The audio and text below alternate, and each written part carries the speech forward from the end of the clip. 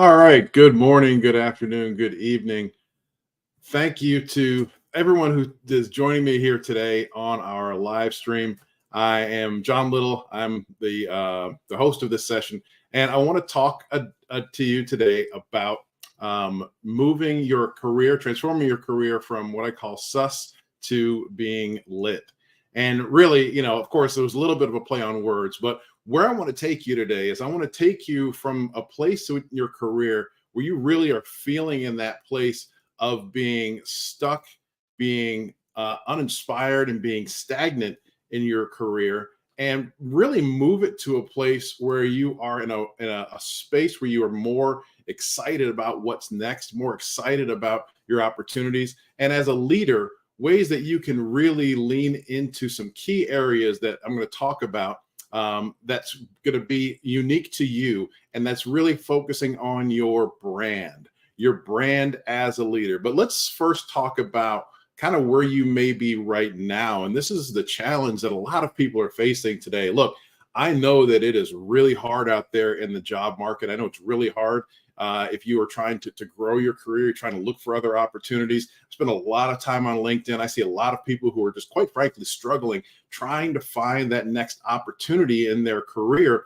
And honestly, a lot of times you are going to have those opportunities right where you are. You just have to grow in your path and either in the direction that you're in right now or find other opportunities within the organization to grow.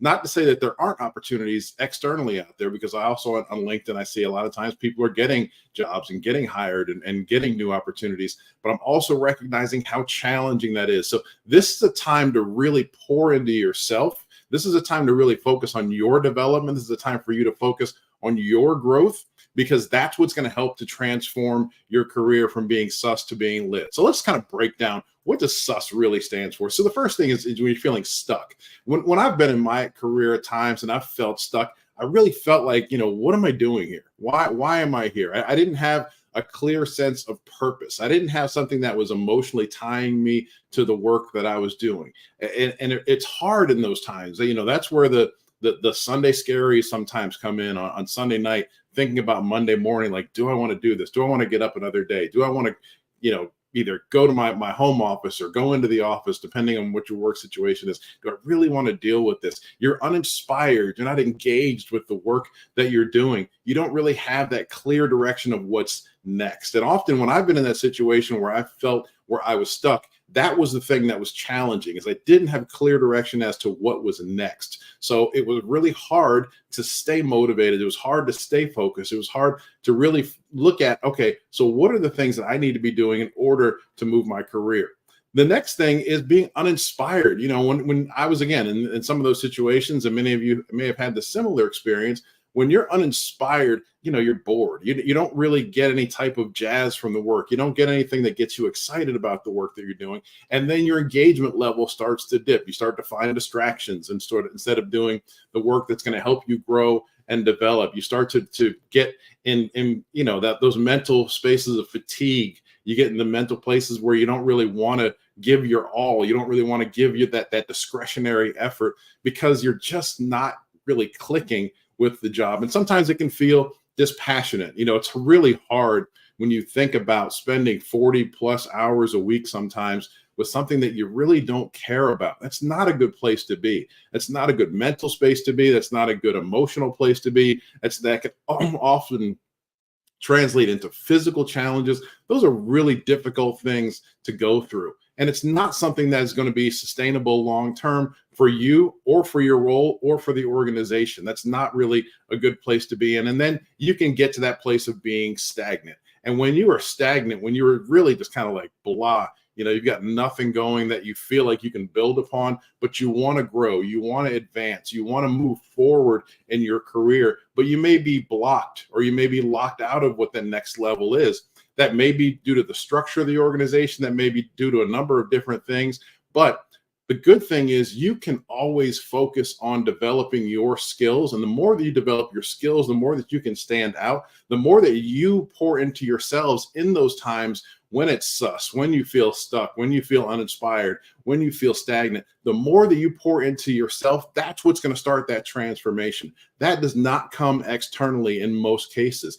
In more cases than not, that comes from the work that you do with yourself, on yourself, to develop yourself, to prepare yourself for what's next. And so with that in mind, and working with a number of clients that I work with who are kind of in that place, they're in that middle management role, in many cases a mid-level leader, and they feel as though that they're stuck, they feel as though that they're uninspired, they feel as though that their career is stagnant, they want more, but they don't really know exactly how to get more, how to find more, how to make those steps to grow. So one of the things that I help them work with is something that I developed called the Embrace framework. And Embrace is an acronym for a leadership framework that I really help leaders to work through and start to implement on a daily basis. These elements, these 7 key elements of leadership, the more that they can start to impart these 7 key elements of leadership into the work that they do, they can start to recognize a big difference in not only their connection to the work that they're doing, but also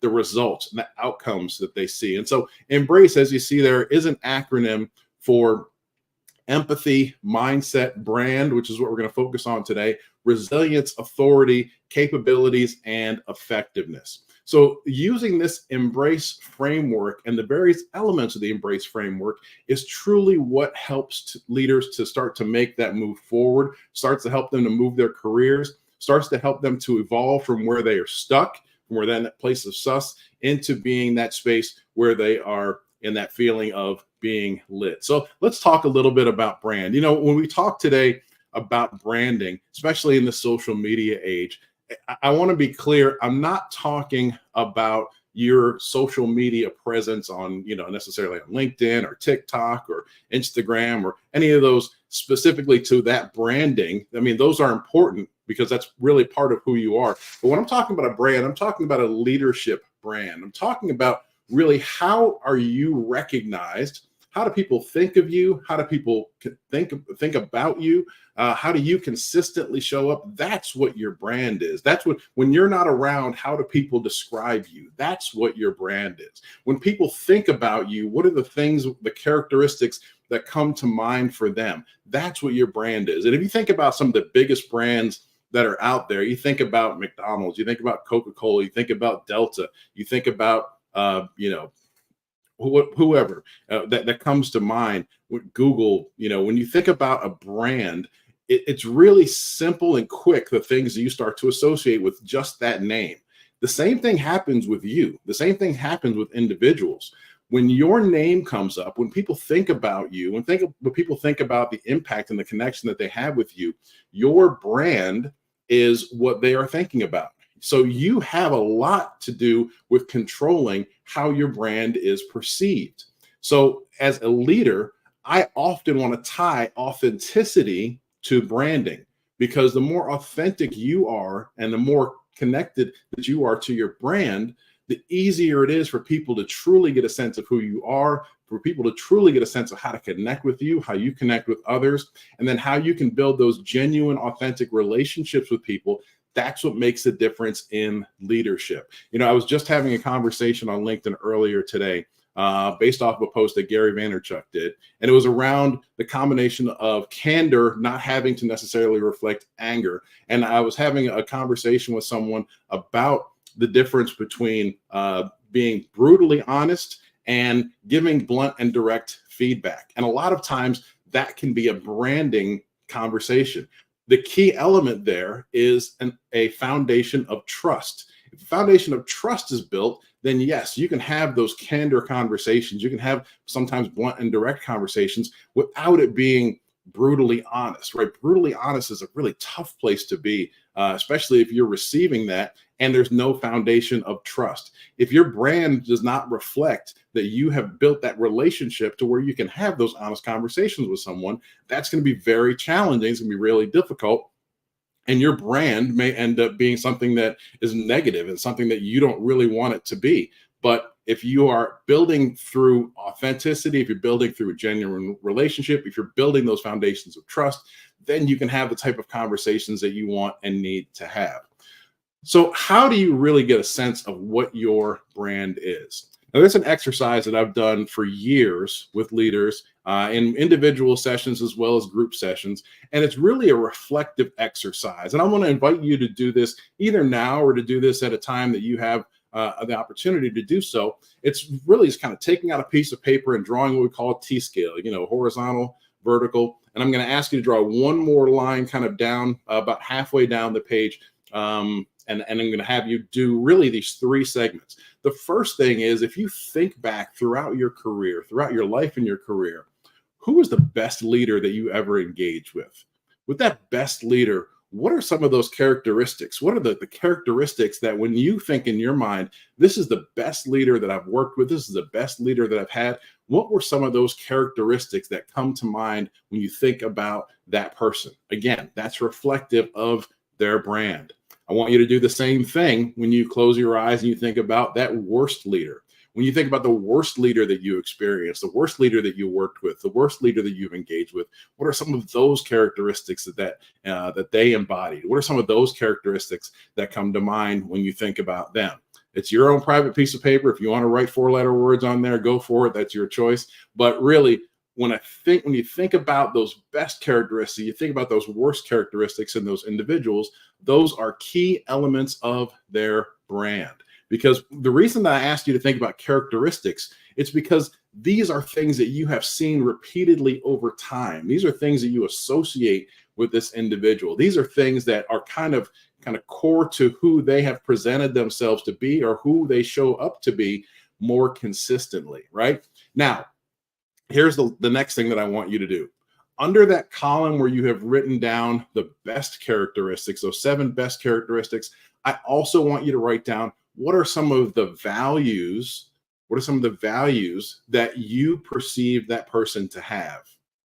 And, values is something that can be a little bit tricky because unless you really, really, truly know someone, it's hard to know exactly what all of their values are. So that's why I phrased it that way. What are some of the values that you perceive them to have? What I'm going to guess, because I've seen this happen many times and I've experienced it many times, is when you start to write down the characteristics, those 7 characteristics from your best leader, and then you write down the values from that individual that you perceive, I think you'll start to recognize what is important to you and what's important to them as a leader. So why did I ask you to do that thinking about someone else? Everything that you do as a leader, everything that you do with your teams, everything you do with your organization, everything that you do starts to build a legacy. And your legacy and your brand are tied directly to one another. And so that's where we start to transform into the space of being LIT. And LIT is an acronym for legacy building, influential, and transformational. As a leader, these are the 3 key things that I always emphasize. I always talk about legacy, and I think about my career. I think about when I was leading a team, and I got to a point in my career where it wasn't so much about titles. It wasn't so much about my next steps. Although those things were important, what was the most important to me was building a legacy. And so all of the groups that I worked with, all the people that were on my team and all of those interactions, I was really conscious about my legacy. And it wasn't from an ego standpoint. That legacy was really all about being able to kind of transcend beyond myself, because that's what was all of the things that have been poured into me, all the things that I've experienced, all the things that I benefited from. Those are legacies from other leaders that I've worked with, other mentors that I've worked with, other colleagues that I've worked with. All of those things are legacy inside of me. And so it's important for me to share that with other people because I know the value that it brings. But I also know that I can't do that unless I'm connected on a human level with a lot of people. I can't do that unless I have a genuine, authentic connection and relationship with people. And it doesn't have to be a super deep relationship, but it does need to be authentic and genuine. The better that I can do at that, the more legacy I'm able to create in others. Now, here's the thing. Everything that you do as a leader creates your legacy. If I take you back to that list that you did, that worst leader and those characteristics, that is that person's legacy. So here's a question that you need to ask yourself. What's the legacy that you are building as a leader? How intentional are you about creating your legacy? How much are you focused on ensuring that your legacy is a positive legacy? Your legacy is one that creates positive momentum, something that creates good outcomes, something that someone else would want to carry on or pass on. That's something that you can be intentional about. That's something you can focus on. And the more that you focus on your legacy, what you'll recognize is the greater impact that you'll have, because focusing on your legacy is a key part of being a transformational leader. Because as I'll get to, transformation goes beyond just the moment. It's more of a broader concept. So with legacy is, how does your impact transcend you? That's the question that you need to ask. When it comes to being influential, right? Influence is a really important thing as well. The more that you grow in your influence, the greater your influence is, the more impact that you can have. When it comes to influence, the more that people trust you, the more that people believe in you, the more that people are curious to learn from you, the more that people want to include you. That's just demonstrating that you have greater influence. It's not saying it from a standpoint of ego. It's not saying it from a standpoint of, of beating your chest or anything. It's really from the standpoint of the more influence that you can have with an organization, with individuals, the greater legacy that you build, the more positive impact that you can create. All of those things come directly from the level of influence that you're able to attain. And if you were with me last week, I talked about the framework for growth. Trust leads to influence.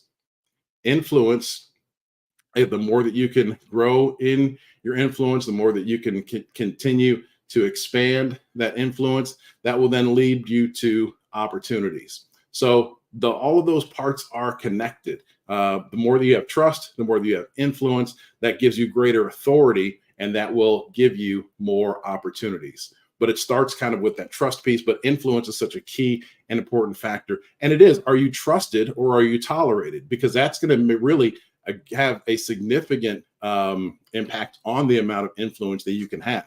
Because if people are just listening to you because of your title, or just listening to you because of a position that you may currently hold, but they're just tolerating you, they're just doing it because they have to, that's not really influence. Influence only comes through trust. And then once you've done those, then you can get into the space of being transformational. And being transformational is creating that tangible benefit, either on an individual, in a team, in an organization, in a company. When you are transformational, that goes beyond yourself. That means that you have created change. You've created something that is meaningful. You've created something that is again, it builds on your legacy. That's something that you gain through influence. I talked about this before. You can't skip the line on this. You can't jump right to transformational.